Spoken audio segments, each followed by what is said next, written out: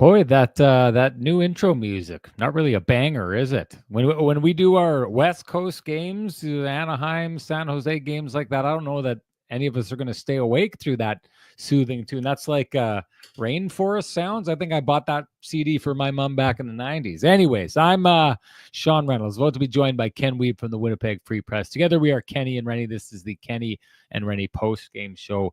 After it all came crashing down, folks, the Winnipeg Jets fail to extend their winning streak to 12 games. I think you saw my little write-up. Maybe you saw my little write-up. I guess Bick Rowness was right all along, folks. It's one of those things where he was wrong until he was right. Wrong for 11 straight games, right on the 12th. Like I said in the intro, let me detach my tongue from my cheek and just kind of get into this one here. This, to me, was one of the very few games we've seen from the Winnipeg Jets this year where they just weren't there. To me, I mean, there was a lot about that game that remains the Winnipeg Jets, right? Like the battle, the compete at key times of the game, right? I mean, in the end, they only lose that game 2-1. They get a brilliant stop from their goaltender. They get a brilliant goal stolen away by one of their defenders. They seem to, have that ability to know when the most crucial moments of the game show up and kind of pop in there. I wouldn't say they got goalied in this one, although I will say UC Saros was brilliant in this one. But I mean, to say they got goalied would suggest that they were the better team on this night. I don't think that they were. The one thing about the Nashville Predators, they can't score, right? But they can defend. And we've seen that a couple of times this year with that team. We saw it earlier in the year when they were playing the Winnipeg Jets. Now, they could score on that night. But if you'll notice, the Winnipeg Jets were having a heck of a time trying to get through the neutral zone. Like the Winnipeg Jets, the Nashville Predators are extremely good at shutting down passing lanes in the neutral zone.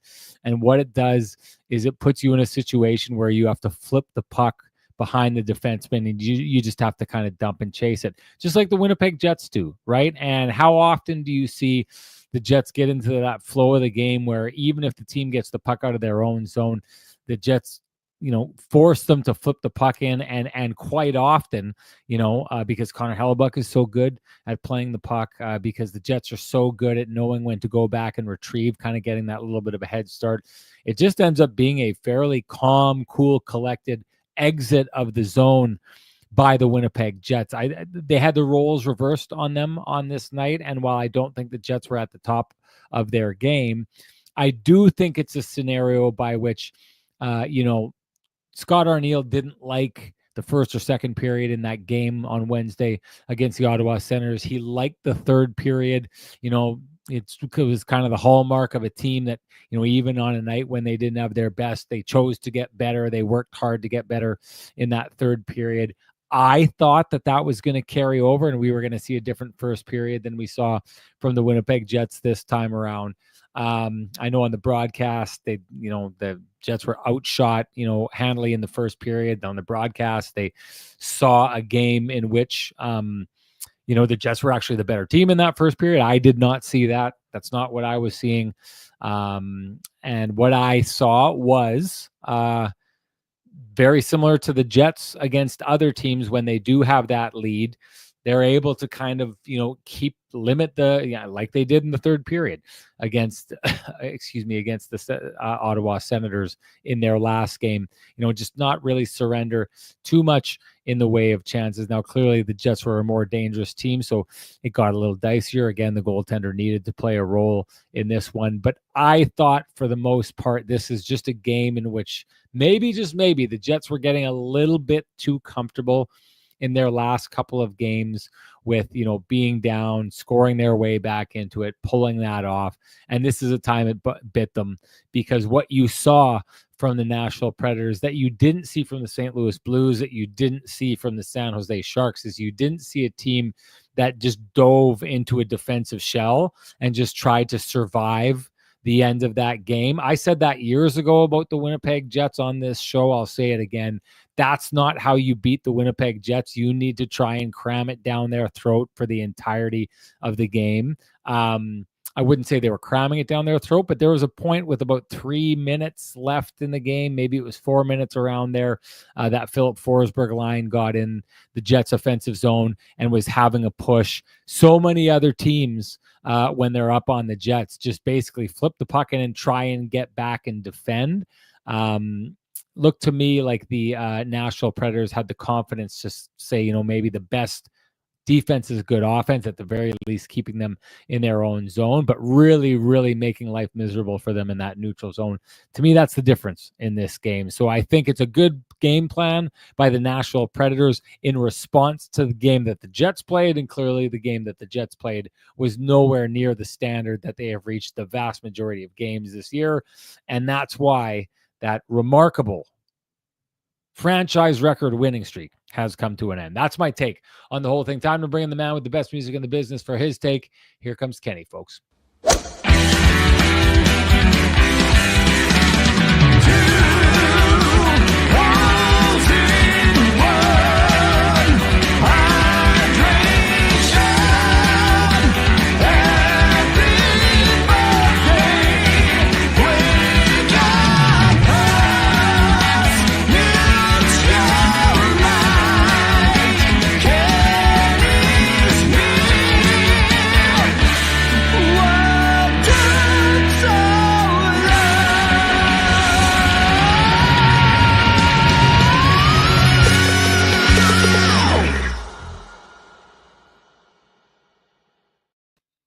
I think it was way back in like 91 or 92 for Christmas. I got one of those AWA CD disc changers that, you'd put the CD in, the tray would come out, you'd put the CD in, and it would spin around, and you'd have your choice of 3 different CDs. And at the time, it was just like the coolest thing you'd ever seen, because you'd just come out of the cassette tape era, right? And so you'd pop that in, and you'd say to your friends, you'd go get the new Bad Motorfinger album or something like that. You'd have your friends over, and you'd be like, listen to this jam, boys. And you'd press play, and it would be your mom's Rain Sound CD or something like that, right? Because you'd press the wrong tray. That's what it reminds me of. Like, I'm trying to play, the banger. I'm trying to play Enter Kenny, and our new intro music is like, it's Day at the Spa, buddy. Day at the Deep Spa. Thoughts, baby. Deep Thoughts. If everyone remembers the old Saturday Night Live skit with Deep Thoughts, they actually did another one of those Deep Thoughts for the 50th anniversary of the show there. Anyways, Ken, great to see you as always. Neither of us, though, unfortunately, are achieving the standard. You achieved the standard with your music. You rocked it, but neither of us are rocking the Vittorio Rossi look, which is, quite often, it doesn't happen too often, but it's a failure on this night. We need to do better. We need, Ken, to head on down to Corden Avenue, walk into Vittorio Rossi, loudly proclaim that Kenny and Renny are there. Try and bring some folks with us. Ask for Frankie and the boys, and they'll do us up right. I think, though, Ken, that green suit that I rocked the other night is enough to get me some brownie points. That has a residual effect. That suit was so good, it should have a residual effect leading into this show. Anyways, Ken, what did you see in that game tonight? Yeah, we'll allow a T-shirt for today, Sean. Busy travel for you the last little bit here, so no doubt about that. Game is interesting. I totally agree that the Jets were not at their sharpest selves, but they didn't give up a ton at times. High dangers, according to Natural Stat Trick at 5-on-5 today, are 8-3 for Winnipeg. So they did still generate. First period, I think, was a little bit interesting, Sean. I feel like the shot clock counter was asleep at the wheel. There was a time where the Jets had 3 shots on goal. They scored a goal, and they didn't get another shot on goal. And on the second shift of the game, I think Scheifele it was Kyle Connor and Velarde both had 2 shots, and they never ended up giving them a shot on goal for either one. So they definitely did not have their legs. They did generate some scoring chances, but Saros, I thought I'd give him a little bit more credit maybe than you did. I thought he had to make some really important saves. He wasn't bombarded by any stretch. And again, I'm not here saying the Jets played a great game, but they found a way to hang around, which is a strange way of saying. And if their power play had clicked at all, again, I agree with Scott O'Neill in saying that their power play was better today than yesterday. But I mean, you can't ignore the fact that they're now 0 for 14 in the last 4 games coming out of the break. And yes, they're still the league leading power play. But Sean, 5-on-3, I know it's not a gimme, but you got to have one out of the two, right? You got to have one out of the two in the last 2 games. Like that's got to be an automatic for the best power play in the league. And hey, Predators are a very aggressive and very sound penalty kill, but I mean, if you're looking for a difference in the game, that's the difference. I mean, the Jets had ample opportunity to score with the man advantage, and yes, generated more.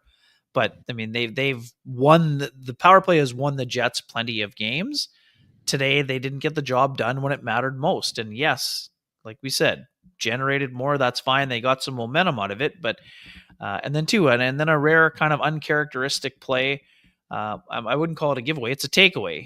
Luke Evangelista does an exceptional job of stealing the puck. I think, yes, the puck was on Adam Lowry's stick, and he took full accountability during the first intermission interview.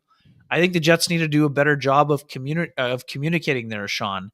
I think that you have to, if you're the defenseman, you need to let Adam Lowry know there is someone on your tail and that you got to make a little bit of a quicker play. And then also, too, the Jets vacated the front of the net because their player had control of the puck. Killing the penalty responsibility still has to be in front of the net, and Novak wide open. And hey, mistakes happen. They don't happen very often to Adam Lowry, but one happened today. And I mean, he also was down on himself for losing the draw to Ryan O'Reilly that led to the Forsberg goal. So, hey, I love the accountability from Captain Adam Lowry. And I agree with you. I mean, I don't know that this was the Jets kind of ran out of luck because they had two last minute empty or extra attacker goals. I just didn't think they had their best. And, Nashville worked incredible. Nashville didn't look today, like Sean, like a team that went into action 18 points out of a playoff spot. I saw them getting to the blue paint a ton in this game today. They won a lot of battles. They blocked a lot of shots. They forced the Jets into a ton of missed shots. And again, some of that is the sights are a little bit off, but I thought the Preds battled really hard. But yeah, I mean, the Jets just weren't there. They were not at their best, but found a way to hang around. And we talked about this yesterday, Sean.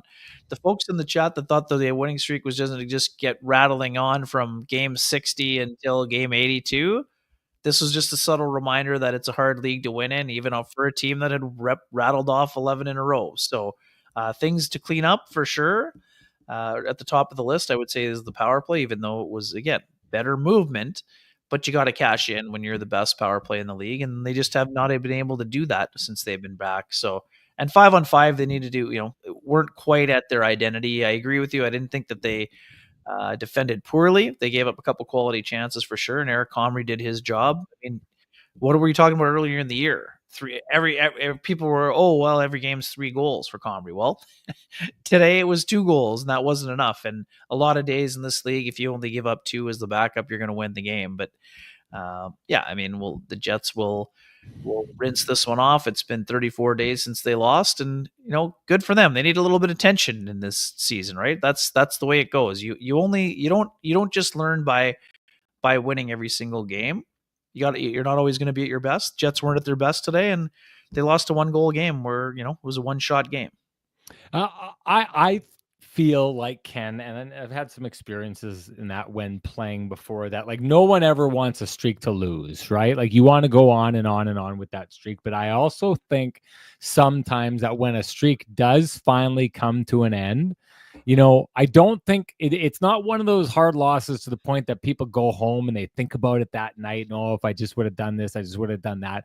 I think to a degree, it's a little bit of a good thing when a streak comes to an end and that players almost don't mind, because then it stops being about that, right? Like the pressure of like showing up for every single game. Like the fact of the matter, and I've seen this before, and it's funny, you go and you have conversations, and I always go and worked with a couple of different national crews over the last 2 games. We'll have, like I said, from Saturday to Saturday, we'll have 3 national Jets games here. So you work with a lot of different crews, and what I see quite often, I know the last show we talked about, and I know that the audience was giving me credit, you and I credit for, I don't want to say waving the flag, but educating the national media on the reality of who this Jets team is. But the fact of the matter, Ken, is when you talk to a lot of those guys, that they are at the stage where they're like, I need to see the Winnipeg Jets do it in the playoffs. And no one is out and out convinced that they're going to be able to do it. Right. And so to that point, Ken, like when I see these kind of accolades, when I see that the Jets have had, a 7-game win streak, 8-game win streak this year, now an 11-game win streak, the fact that they're in first place, I think the Jets are going to go on and you know what? I won't say it because I don't want someone accusing me of jinxing anything here. But what happens in the playoffs, and I'll go back to what I said, now that we're 60 games in, now that there's a 6 in front of the game number that we're talking about, I think we can get a little bit closer to talking about this. We're still kind of where we were in around game 30 when I first said, like, I don't think there's anything now from the Jets at this point other than like avoiding a complete and total collapse in the back half of the season that they need to prove to me anymore. Like the Winnipeg Jets have figured out the regular season at this stage. And so you could win your last 30 games and that's great, but the playoffs are a different animal. They're a different beast. The Winnipeg Jets need to be able to apply what they can do now, but do it at a level that is above and beyond what even they're doing right now to have that kind of success in the playoffs. And so the proof needs to be in the pudding, in that they're going to be able to take their game to an even higher level than we've seen it for the vast majority of time this year. And man, it's been high. Now, the one thing I think you'll realize and that you'll look at, and I think if you take a look at that list of teams that were the quickest to, what was it, 45 or 40 wins this year, and they had the Boston Bruins on that list. And I thought about that the Detroit Red Wings team in the 90s, Ken, that had that great, the best season of all time, and then crashed out in the playoffs, right? Like there's a lot of teams that figured out and had the regular season entirely figured out that weren't able to carry that into the playoffs. I think personally, endings like this are a good thing, because what it means now is the Winnipeg Jets can just kind of get back onto that focus, and they don't get, locked up in the accomplishment of doing something, that's amazing in February, right? And I do think that this team is a very focused team. I like the way they're handling their business. I like the way they come back from losses. I have a lot more belief in them in the playoffs this year. But I don't necessarily think, outside of the fact that they were starting to get close to setting the record for the most consecutive wins ever by a Canadian team. Yeah, it's always cool if you get a record like that. But hey, if you're looking for a record, the Winnipeg Jets already had the best start in NHL history this season. So they've already done something like that. And let's be honest with ourselves. I said the same thing at the beginning of the year. These are the kind of records that don't ever come up until the next time someone's beating them, and no one really talks about them, right? So if the Winnipeg Jets would have set that record, it's a record that the Edmonton Oilers set last year. Jets set it this year. I don't know how many of you are at home saying, oh yeah, but back in 2024-25, the Winnipeg Jets set the record for the most consecutive wins by a Canadian team in February with 16 wins, right? It just doesn't work like that. Those records are cool when they're happening. You went on that run. Now that it's over, I don't think it's a bad thing. I think the Jets could just get back to like narrowing in their identity and building their game towards taking that menacing style that they play into the playoffs. Yeah, agreed. And I think that's, again, you can't just sleepwalk through the regular season. And sometimes when you don't have any adversity, that's when you get a little bit shaken when things happen. I mean, even we saw it last year. Jets won 8 in a row to end the year. They won game 1 of the playoffs, and then all of a sudden they looked up and their season was over at the snap of a finger, and it wasn't really that close. So I would say that's again, I liked what I heard coming out of the Jets dressing room. Like, they weren't bent. They were obviously disappointed. You're not getting bent out of shape after the first loss in a month. And yes, we understand there was a break in there for 4 Nations, but the Jets have had a consistent attitude to go along with their consistent game, Sean. They're not getting all fired up by the loss or wins, and they're also not getting all downtrodden after losses. Yeah. They know which areas that they need to improve on and improve in. They go back, they assess, they look at the game tape, and then they attack their next opponent. So I don't think that's going to be any different here. I didn't see a lot of bad habits creeping in for the Jets during the tail end of this winning streak, but I agree with you. I mean, like, you got to have a little bit of, come to attention here when, you're going to have tough challenges at times this year. So, I mean, they've dealt with them, and hey, 3-7 is about the biggest challenge the Jets have had this year. Then they went on another ridiculous run over a 25-30 game period of time. So they know how to handle adversity. They know how to handle some tension, and just about going back to work. I mean, Bick, what about the record since that time? How about that part of it?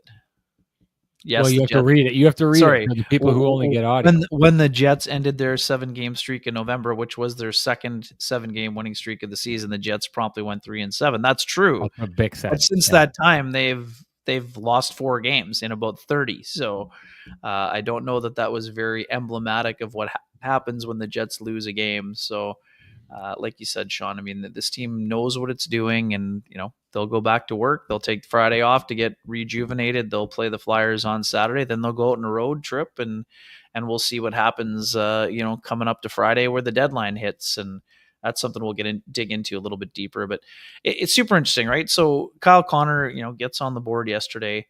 Sean, we talked about 10 shots on goal against St. Louis, 11 shot attempts. I think he had, something like 9 shot attempts the next game. Yesterday, very active.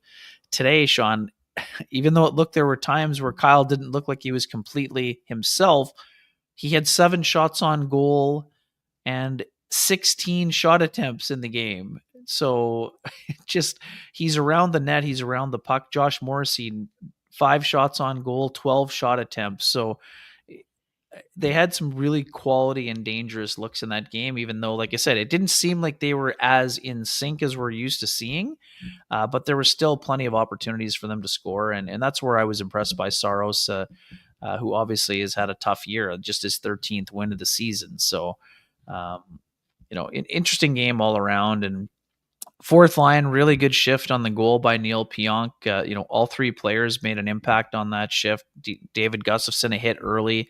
Alex Iafallo steals the puck down low.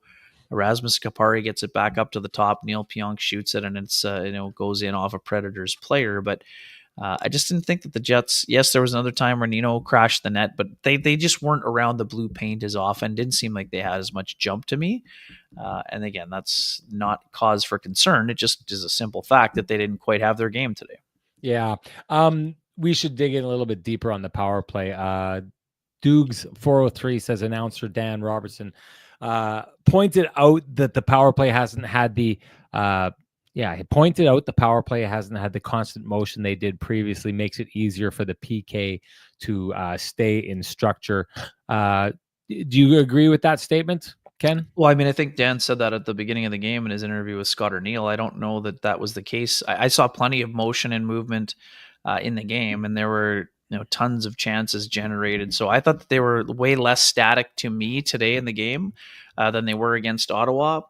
Nashville's very aggressive, so it worked for them on several occasions, but it also hurt them, I think, in the game. And one of the 2 games in Winnipeg where they played twice in 8 days, that attack, trade, and mentality got them in trouble. And I think the Jets definitely cashed at least 1 in, and they might have had 2 in that one of those games against Nashville. So I thought they knew what was coming, and I thought that on the 5-on-3 they were not as static and just kind of launching one-timers. And the only time that I didn't like how they handled things was after Ryan O'Reilly broke his stick, Sean, on that shot block.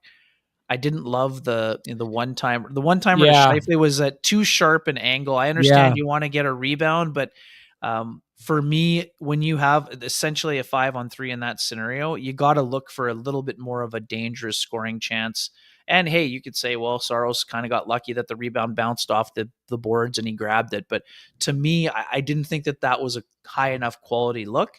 And I feel like I remember one where Kyle Connor kind of rushed a shot as well. But again, these guys have elite level skill. and it's been working fairly well for them to the tune of about 30+% for the course of the season. So I've got no issue with their shot selection. I just thought that on a couple of occasions, some people think they were looking for the perfect shot. I actually thought today there were a couple of times where they maybe their attack mentality actually hurt them in some regards. I thought the movement was way better, but a couple of times shot selection could have been a little bit more, selective for me anyways. You know what? I think that I don't want to discount the idea that okay, let me get into a couple of things here. I'm not discounting the idea that the Ottawa Senators went in with a really good game plan against the Winnipeg Jets. And what I noticed tonight, especially at that 5-on-3, is that the Winnipeg Jets, the Nashville Predators had a different look than the Ottawa Senators did. For a while. They played that triangle, but they played the two guys up top and the one guy down in front of the net. And then at some point, Ken, I don't know if you noticed this, but they switched it up, and then they went two guys low and one guy on the top. And I do think switching up that look may have had a little bit of, because I've talked about the Jets power play before and how it learns, right?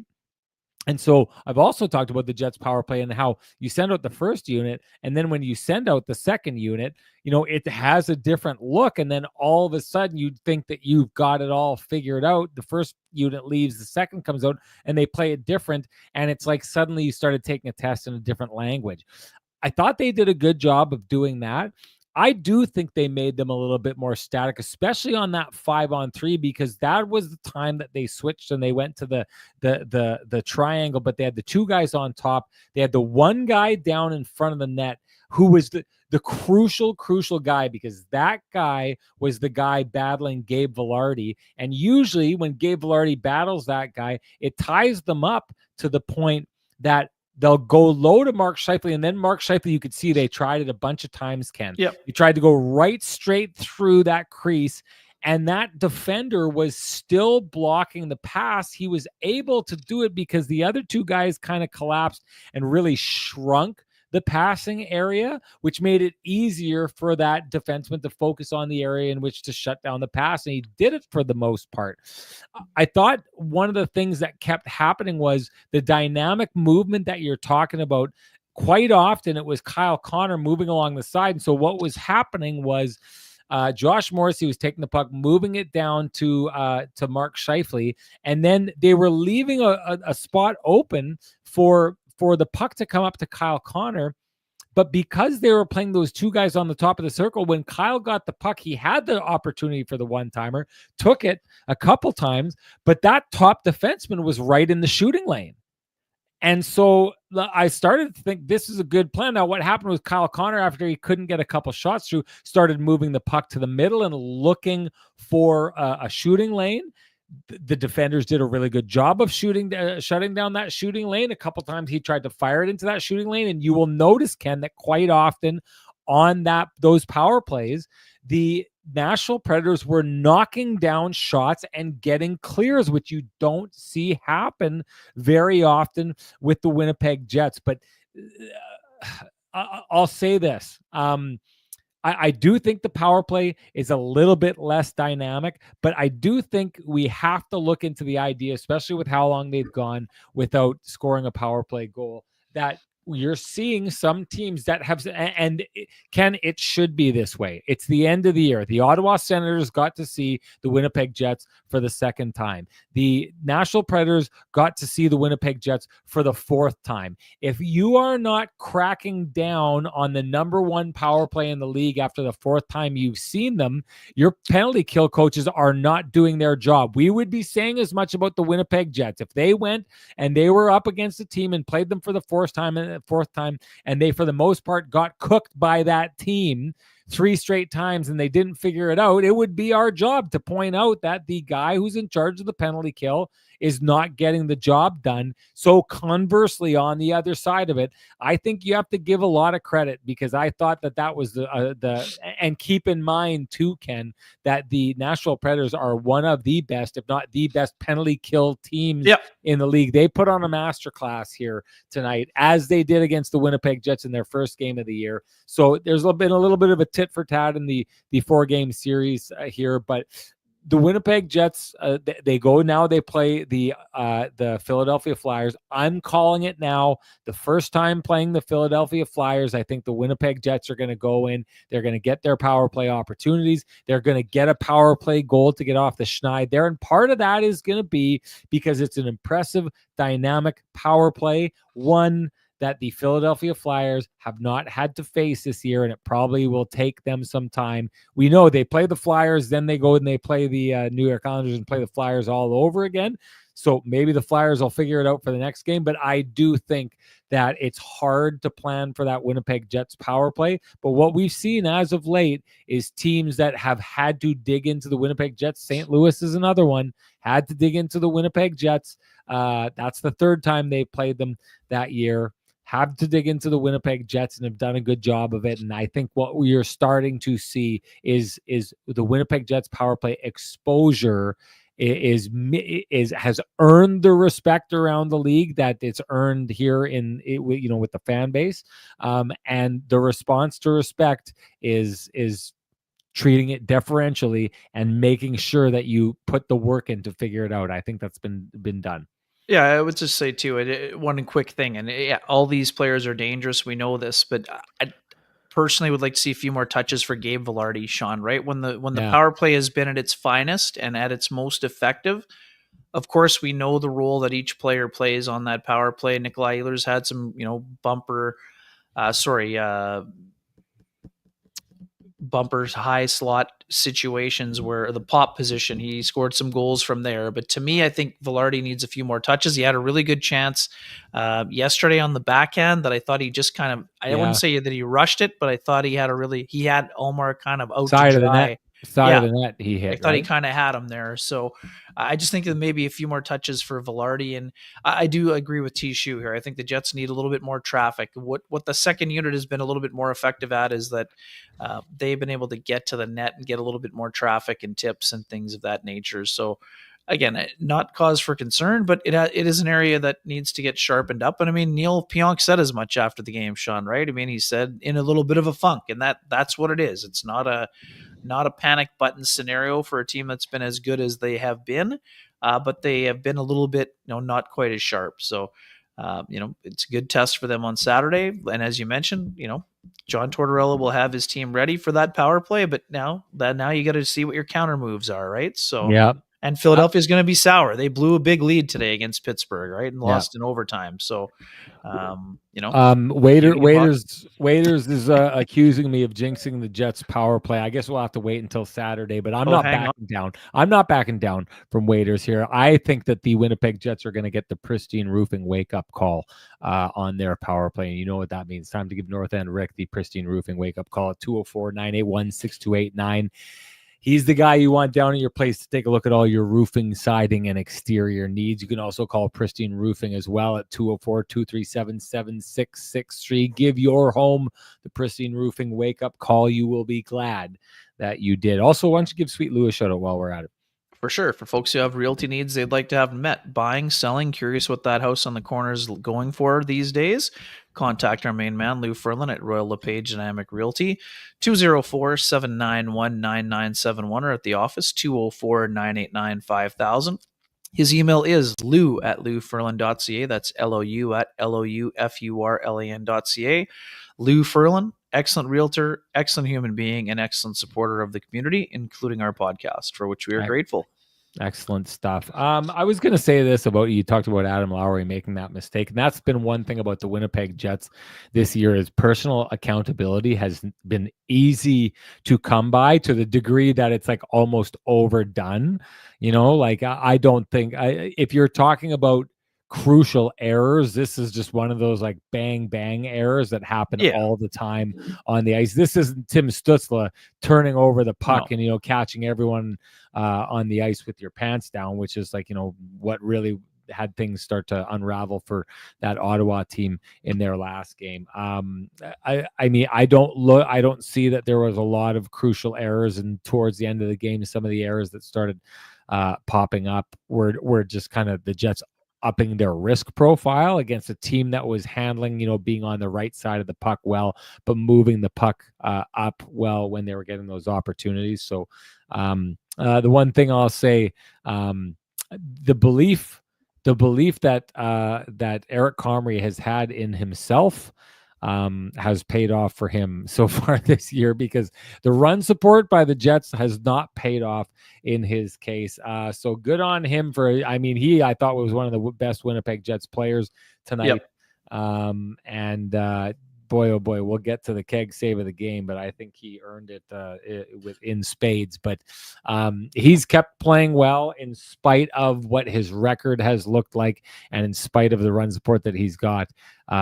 It's paid off. And if you're looking to pay off high interest credit cards or debt, we suggest you go talk to our friends at Cambrian Credit Union about their payoff loan. They can show you how taking out a loan to pay off your debt actually gets you debt free faster, and you can save thousands of dollars. Go to cambrian.mbs.ca to book an appointment online. Ken, Yeah, where would you like to 256 go? just quickly on Comrie. For the numbers folks who were all over Comrie at the start of the year for, needing to get the goals against average down. Well, it's gone from 3-ish to 256, and the save percentage is 911, which is, again, considerably higher than league average. So you have to give Eric Comrie credit for not only winning the job. I mean, Sean, we wondered if he was actually going to be able to beat out Kaapo Kähkönen for the backup job. Not only did he beat him out for the job, he's kind of left him in the dust in a lot of ways by his strong play, and that's why he's tracking to that 20 win mark or 20 game mark. Alex 99 is really, really, really leaning into this back-to-back and the unfair nature of it for the Winnipeg Jets tonight. And again, I don't understand why this always happens, like why fans can't sometimes just let their teams lose. Because to me, if you're going to go down this road and say the Winnipeg Jets, this was unfair, this is the only reason they didn't win tonight is because they were playing a back-to-back, then shouldn't by the same exact thinking be that just 2 games ago the Winnipeg Jets should have lost to the San Jose Sharks because they had played back to back and they had traveled from Calgary to Winnipeg the night before that? I mean, I just, every team in the league goes through these kind of things, and is it like, does it play a factor? Of course it plays a factor, but like that's the league. What you're acting like this is like out of the ordinary, that the Jets would have had to have done something like this, and it is far from the out of the ordinary. It's the absolute norm. So I just don't know why we do this on nights like this, where you just feel the need to excuse the Jets losing, like them losing isn't just something that is going to happen in a league where parity is king. I mean, they're doing pretty good. They're going to be fine. Yes, they lost. Yes, it was a back-to-back. Did they lose specifically because of the back-to-back? No, just like they didn't win specifically because the San Jose Sharks were on the back-to-back a couple games ago. Ken, I think people want to talk about trade deadline. Yeah, that's fair. Do you want to get digging into that? Yeah, I think it's a good time to do it. Partially because I think there's a couple of players in that game for Nashville that have been either linked to the Jets or would be deemed players of interest. And I would say that Luke Shen looked like a guy who was, I'm not saying he's auditioning for a third pairing job with teams around the NHL, but I thought that his game was sort of emblematic of what he's brought to the table this year. 3 hits, 1 takeaway, 3 shots on net, 5 shot attempts, 22 shifts for 1750 of ice time. He's a guy that blocks a lot of shots. He is involved physically and is someone that I think would help bring championship experience and would be an upgrade on the Jets blue line. Just quickly before we focus on the trade deadline, thought Hayden Fleury did a nice job coming back into the lineup. Sean, on the third pairing, my thoughts on Hayden Fleury. I thought he's had a very strong year for the majority of it. And again, it's hard. It was first game in a month, so I thought he was using his speed. I thought he boxed out fairly well, moved the puck fairly efficiently, and I thought he's the kind of guy that the Jets could get a few more looks at. I think, again, and this is, Colin Miller's had a very solid season for the Jets, but I also think that, when it comes to, I'm not saying this is load management for Colin Miller, but I think, working, doesn't have to be a rotation, but I think working in Hayden Fleury is a good idea for the Jets. I think he can handle some of those minutes. And again, I think that Miller's had a very strong season, and I think he's definitely shown that he is in their top six. Certainly right now, we'll see what happens if the Jets do make a move for someone like Schenn or someone else.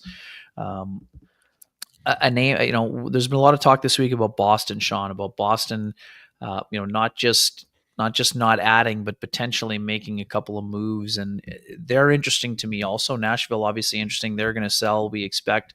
Ryan O'Reilly is a guy that, both you and I have a tremendous amount of respect for, having been around him during that year with the Blues run. And also too, just like, he's just a great guy to talk about hockey with. I don't know that they're going to move him. Like, he doesn't have trade protection, but it's been pretty clear. And Barry Trotz has said it's been reported that they're going to treat him like he has trade protection.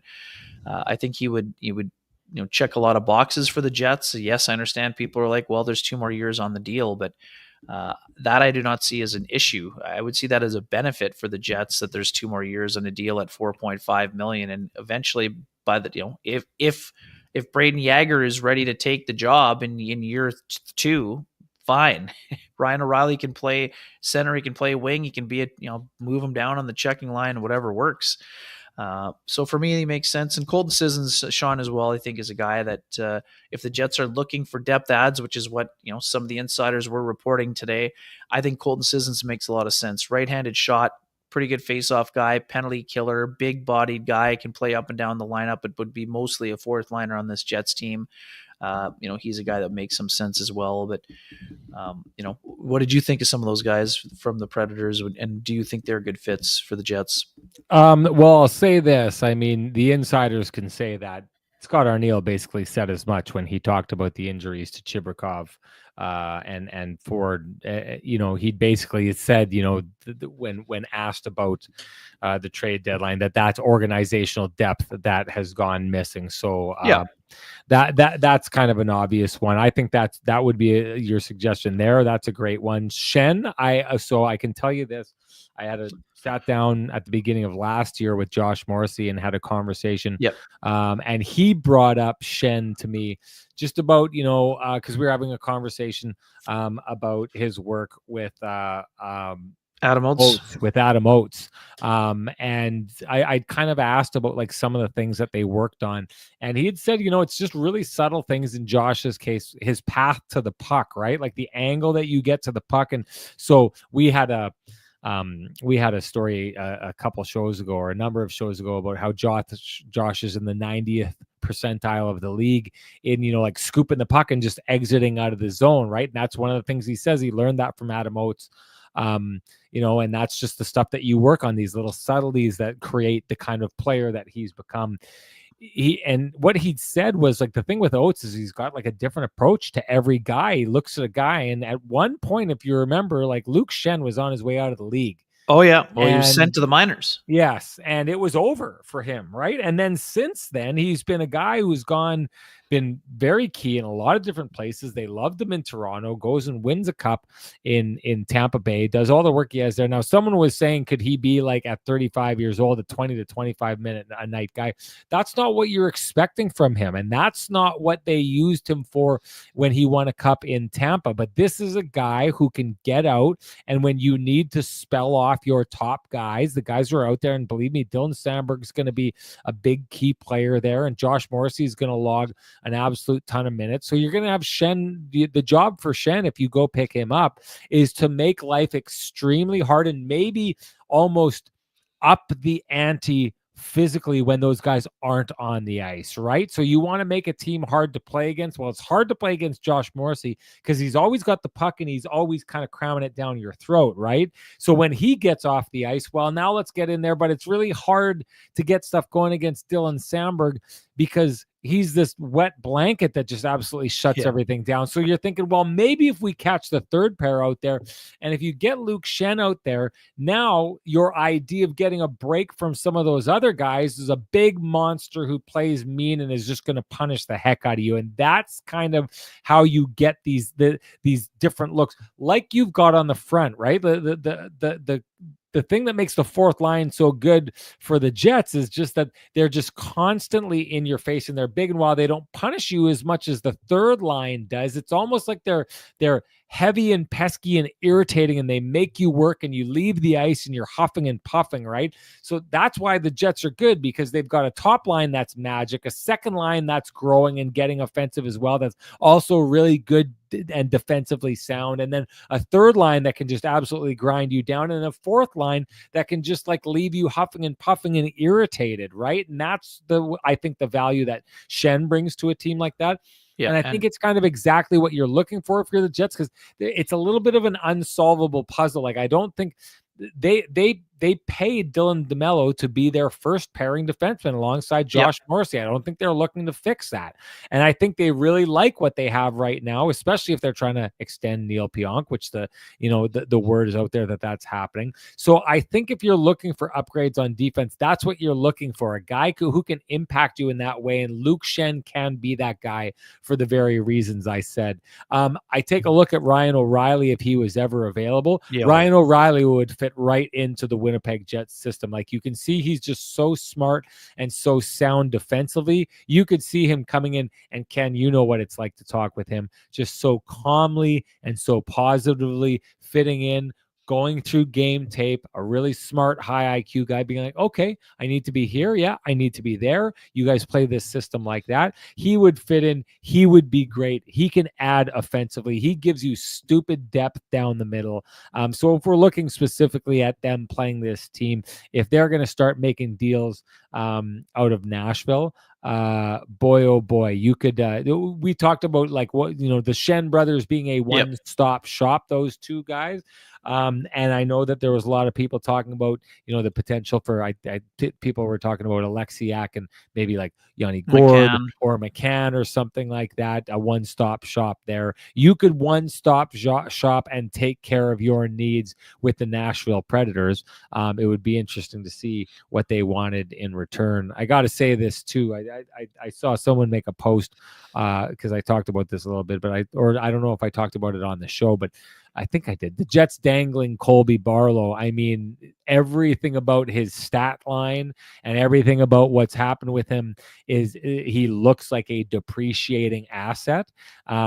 We had people talking in the chat room about, someone was pretty harsh saying like, unless if Chevy's not going big game hunting this year, that's reason for automatic dismissal. I think that's too harsh, but I also do think like there's an opportunity here this year. If you're going big game hunting, I don't think dangling your regressing asset is going to get it done. Maybe if you would have, the first year that you picked up Colby Barlow, went to go dangle him, but I would think the word is fairly out on Colby Barlow. So unless you're finding a team that says, listen, we've seen what's happened with them, we think we know what's wrong, we think we can fix it, I think you're going to have to go a little bit deeper into the cupboards if you're going to make deals like the ones that we're talking about there. And even too, like Barlow, 29 goals, 52 points in 52 games. I mean, he's been a captain as a 17-year-old. There's still a lot of qualities that would make him attractive. And again, 19 years old is another thing with him, but we can't ignore the fact that he had a tough camp. That is a fact. I mean, we saw it with our own eyes, and he had a slow start to the year. He got traded to Oshawa and has sort of found himself. But again, lots of development to be done there. And again, we'll see. And we've said this before, Sean. To me, I'm not saying that Kevin Cheveldayoff is calling other people and saying you can have any of these guys except for him and him, but to me, the only people that are untouchable for the Jets right now would be Elias Solomonson and Braden Yager. But I mean, who knows? I mean, in a lot can happen. You'd move Lambert before you'd move Yager. Personally, yes. And again, I'm not saying I would be in a hurry to move Brad Lambert. I still think he projects to be an NHL player that can make an impact. But but Lambert is also a year ahead on the development path, so that will be appealing to some teams who want him to be in the NHL lineup as early as late this year, early next year. So it'll be very interesting. I mean, um, I think I still Kishore says no one is untouchable. Ken, I think Ken is 1,000% right when he says Elias Salamonson is untouchable. I don't think the Jets move him for anyone. Yeah, I mean, and he's had a great year. And yes, a lot of his development time was lost this year because of injury. But to me, he has all of the qualities on the right side the Jets are basically looking for to Yeah. be adding right now. And is he ready to do it right now in this playoff? No, but he'll be on the team next year, barring something unforeseen. And eventually he becomes at worst a second pairing defenseman, and who knows if he's somewhere down the road he could be Josh Morrissey's partner. I mean, we'll see how things develop here, but I do not see him being on the move, and I don't see Jagger being on the move either. And we'll see about the rest. I mean, I totally understand a lot of things can happen, and Kevin Cheveldayoff doesn't like to show his cards. Sean, we talked about this last year. Going into the deadline after the early, splash with Sean Monahan, there was, there was some buzz around the deadline that maybe the Jets would just be quiet, and all of a sudden they go out and get a 30 goal scorer in Tyler Toffoli, right? So, we're going to see what happens in the next week or so. I think Alex Tuck is a name that's come up in the last while. He would be an interesting addition for a lot of teams, right? 6'4", 220. I mean, that's and actually, I have to give, you got to give Craig Button some credit on this one. I mean, we've obviously talked about Brock Nelson before and the Warroad connection. Oh, And, yeah. as someone we had a connection in Altona to the Christian family also. My buddy's dad was close with the family, and Dave Christian being the uncle of Brock Nelson, former Jet 1.0 Olympian, all those things. Maybe there's some influence there in terms of just letting him know that a couple months there would be an interesting time for him in his life and his career. Though we know that Brock would like to extend with the Islanders, so a lot of things could still be at play. And again, we're going to see Rasmus Ristolainen. He's a guy that's been linked to the Jets in the past. That was back in the Buffalo days.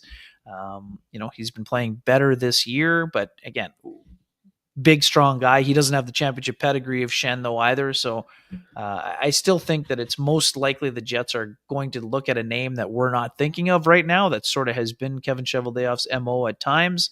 But it's our job to try to, connect the dots as best we can here. And that's what we're going to try to do on every show leading up to the deadline. Yeah. Before we drop this and move into the awards for the night, there's been some talk of Rasmus Ristolainen being moved again if Carolina can't knock him down, and the Jets have been Mikko Rantanen. Sorry, Mikko Rantanen. Yeah, because Rasmus Ristolainen, the newest report suggests that he's actually going to stay in Philly. Oh, okay. That's what has come out just recently. But Mikko Rantanen, what are your thoughts on the Jets, the possibility of that, and what if you think he would fit? Super interesting. I mean, I still personally cannot see the Hurricanes making a deal after, considering the assets they gave up to get Rantanen. I think you roll the dice if you're Tom Dundon and Eric Tulsky based on what you gave up to get him. And, you still have up until July 1st to make it happen. But Kishore says Rantanen will cost Ehlers plus. It doesn't make sense. And yeah, I mean, you know what you're getting if you're the Jets. Nikolai Ehlers, we've talked about him. This is a year where Nikolai wants to and needs to show that he can perform a little bit better and be more productive in the playoffs in order to get paid what he wants to. To get paid what he wants to get paid as a pending unrestricted free agent. But I mean, Rantanen would bring a certain level and quality, and what does he bring? He brings size and skill. He's a potential 100-point player. There are very few of those in the NHL, and he's won the Stanley Cup. So would he make sense on a ton of levels? Of course, but I just don't see the Jets, as a rental maybe, but it just doesn't make sense if he's looking for 12 and a half, 13 and a half, maybe even 14. I mean, that just doesn't line up with where the Jets are at in terms of their salary structure. So it would only have to be as a rental. And I just don't see it being he's a fit as a player and what he would bring. But the other thing about Rantanen is if you're bringing in Rantanen, are you moving Velarde to the second line? Now you've got all kinds of weird motion happening. Yeah. I think So that a team that gets Rantanen is going to put him on their top line is how yeah. I view his addition. And I'm not saying that that wouldn't happen. I think he'd be great with Mark Scheifele and Kyle Connor. But Gabe Vilardi's already doing a darn good job on what is probably the best line in hockey, or one of the most productive anyway this year. So I think it'd be super interesting. And Sean, you and I were there in 2022 when he played some of his best hockey. But even during that playoff, there was times during the playoffs where he wasn't producing the way you would expect him to produce. So even when you saw him last year, like it now he did get on the score sheet, but there was a lot of time in that series against the Jets that he just did not look engaged like other players would. I'm going to say this, Ken, you're 1,000% right. The only way he works is if you're going to find a way to get him on a line with Mark Scheifele. So the only way it's going to work is if you do that, and then maybe think, okay, well, what we can do is we've seen success between Ehlers and Vilardi before. Maybe we move them down there and we try and create some kind of super line there. But Kishore, I think, is 1,000% right. The Hurricanes are trying to win right now. Everything they say, they're trying to win right now. So they need a right now player. That's what they were trying to do. They moved a right now player for another right now player. So I don't think the Jets have what it takes to swing it. And I'll be honest, Ken, Ehlers, though, right? If it's Ehlers, they've been interested in Ehlers before, and maybe if the Carolina Hurricanes think they could sign him for less than 12, maybe that makes sense. Okay, but then you can't make the deal without the extension for Ehlers if you're Carolina. Sure, and so if you are going to do that, okay, maybe you go get Rantanen, but then now you have to replace Ehlers. Now maybe you go do that. So maybe you go and you say, now we're going to get a rental player on the second line and whatever. But now if you do that, then you're potentially missing that rental player next year, and maybe Rantanen walks out the door, and you kind of got the team to a degree, while you also say to Gabe Vilardi, hey, we moved you down to the second line. Now we've got to re-sign you and then bring you back. I think it creates a whole bunch of problems. And one problem I think that it creates, Ken, is if there's another team out there that plays like the Winnipeg Jets, it's the Carolina Hurricanes, high pressure, high effort team. And I'll tell you this, I was doubtful about the way it was going to work for Mikko Rantanen going to that team, because he doesn't work like that. That's not how he works. So I don't know how he fits into the Jets system, because the Jets system is based on guys skating their tails off and working. And I don't know that Mikko Rantanen does that very much. I don't know that that's his style. So would you bring a guy in who's a moose? And believe me, I talked with one of the Utah defensemen about playing against him, and he's like, the guy's just like super skilled and impossible to get the puck off of, and he can get the puck anywhere. So like, no doubt about it, this is a guy that if you unlock him would have that star power to maybe put the Jets over the top. But it could also turn out like it's turning out in Carolina right now. And if I'm in Carolina, I'm really worried about how it's turning out right now, to the degree that I would very much entertain trading him, because I don't know that it's working there. I think we said this, Ken, when that deal was made. Rantanen, I believe, had 6 more points than Necas when that trade was made. And if I said at the time, if you don't think that playing on a line with McKinnon is worth 3 less points for Rantanen and 3 more points for Necas, I don't know what to tell you. I don't, like, maybe, just maybe, Colorado pulled off a deal and actually pulled this off and won this thing. It's sure looking like it right now. Anyways, Ken, we got to get to our stuff. Johnson Group got you covered. Play of the game. What do you got?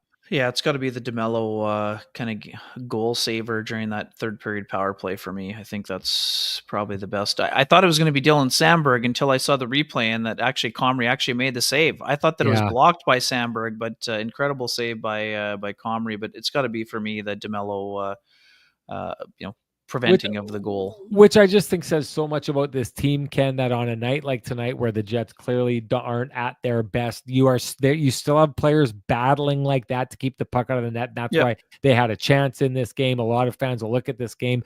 The sucky boo-boos definitely looked at this game and thought it wasn't worth tuning into the show afterwards to talk about it. But like, you can see those the Winnipeg Jets, even if they're not at the top of their game, they are still going to battle like that. And Dylan DeMello is definitely one of the guys who leads the charge and is a worthy recipient of the Johnson Group Got You Covered play of the game today. And hey, do you run a small business in Canada? If you do, you should look to Canada's #1 employee benefits plan, Chambers Plan, to give you a competitive edge. Chambers Plan is the simple, stable, smart choice for over 30,000 businesses countrywide. Visit chamberplan.ca to learn more. Ken, you already kind of talked about it. That's Your right. I hashtag, the did the keg save of the double game. header there. Yeah, it's Comrie that late save on Philip. Philip Forsberg had a 3/4 of the net open, and somehow Comrie kicked over and made the save during that. That I think it was the same power play that DeMello had the goal saver as well. And Comrie had another one earlier in the game. And Ryan O'Reilly, ridiculous save on O'Reilly in the first period too. It's just over and over and over. He is doing everything like it's one of the reasons. I'll tell you this. I shouldn't get into it. I won't. I'll do it another time. That's both our hashtag, the keg save of the game. It doesn't matter what we think. Matters what you think. Share with us your hashtag, the keg save of the game. You're automatically entered to win a $50 gift certificate, usable at any of the 3 fine keg locations in the city of Winnipeg. Each location finer than the last. And our winner from the last show, that would be Tenacity. Tenacity, you know what to do. Direct message me at SN Sean Reynolds. Send me your full name. Send me an email. I will have the fine folks at the keg send you a $50 gift certificate, usable at any of the 3 fine keg locations here in the city of Winnipeg. Each location finer than the last. That brings us to our hashtag TCB Lamplighter. What do you got, Ken? Yeah, the temptation is the Forsberg goal, just because it's an absolute beauty. Clean win by Ryan O'Reilly. But to me, we talk about repeatable goals, and you don't necessarily be able to repeat the shot by Pionk off of the Nashville defender. But what you can repeat is the fourth line getting the forecheck going on a night where not a ton of guys had legs going. So for me, I'm going to go with the Pionk slapper, and not because it was a slapper, but because of the work done on that shift by David Gustafsson, by Rasmus Kapari, by Alex Iafallo to create the turnover. That's why I'm going with the Pionk goal as my choice today. Well, I'll give this to Pionk. Like in games like this, he has a knack of showing up in these tight games where the Jets need goals and creating something there. For the same reasons you're talking about, though, I'm going to give it to the second Nashville goal. I know nice, yeah. You were talking about a mistake made by Adam Lowry, and he can own that. It's a game of mistakes, but mistakes are typically forced. And if this was the Winnipeg Jets on the other side of that goal, we would be talking about the tenacity of their forecheck and turning that puck over and being, prompt and Johnny on the spot to capitalize on that. Give credit where it's due. That was a very Winnipeg Jets goal, the kind that is repeatable. And so Luke Evangelista doing all that, right? Yeah, stealing the puck and then getting it in front. I love the play he made. I think it was more of a takeaway than a giveaway for me. Yeah, I agree 100%. It was hard work paying off. So you know me, I like those kind of goals. That's my hashtag TCB Lamplighter.